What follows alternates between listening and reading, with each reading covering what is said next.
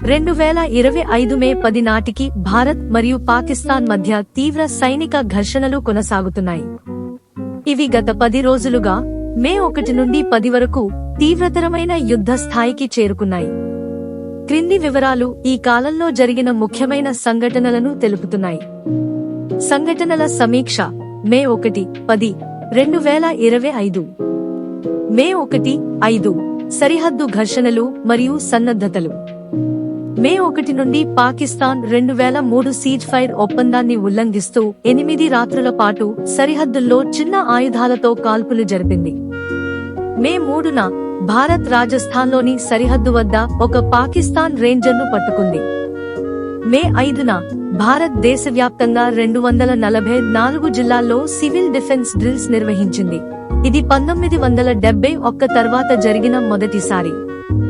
మే 6-7 Sindoor operation మరియు ప్రతిస్పందనలు. మే 6న Bharat Sindoor operation ప్రారంభించింది.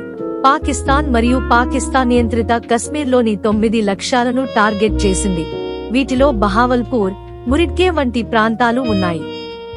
మే 7న పాకిస్తాన్ తన జెమినస్ 10C యుద్ధ విమానాలతో భారత జట్లను కూల్చినట్లు ప్రకటించింది.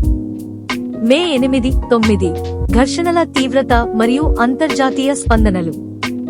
మే 8న పాకిస్తాన్ బన్యానన్ మాసూస్ ఆపరేషన్ ప్రారంభించింది. భారత బ్రహ్మోస్ మిసైల్ నిల్వ కేంద్రం, ఉధంపూర్ ఎయిర్ ఫీల్డ్, పాటాన్కోట్ ఎయిర్ ఫీల్డ్లను టార్గెట్ చేసింది. మే 9న ఐక్యరాజ్య సమితి, ఇరాన్, రష్యా, చైనా వంటి దేశాలు 2 దేశాలను శాంతి చర్చలకు ప్రేరేపించాయి. అమెరికా విదేశాంగ మంత్రి Marco Rubio Pakistan army chief general Asim Munir తో మాట్లాడి ఉద్రిక్తతలను తగ్గించుకోవాలని సూచించారు. మే 10 యుద్ధం యొక్క తీవ్రత. మే 10 నాటికి ఈ ఘర్షణలలో కనీసం 48 మంది మరణించారు. భారత్ మరియు పాకిస్తాన్ 2 దేశాలు తమ సైనికులను భారీగా మోహరించాయి. పాకిస్తాన్ తన వాయు గగనతలాన్ని మూసివేసింది. ఈ సంఘటనలు 1999 కార్గిల్ యుద్ధం తర్వాత అత్యంత తీవ్రమైన యుద్ధ స్థాయి ఘర్షణగా పరిగణించబడుతున్నాయి. సైనిక సామర్థ్యాలు మరియు అంతర్జాతీయ ప్రతిస్పందనలు. Bharat Rafale జెట్లు, BrahMos మిసైళ్లు, Indo-Israeli స్కైస్ట్రైకర్ loitering మునిషన్స్ ను ఉపయోగించింది.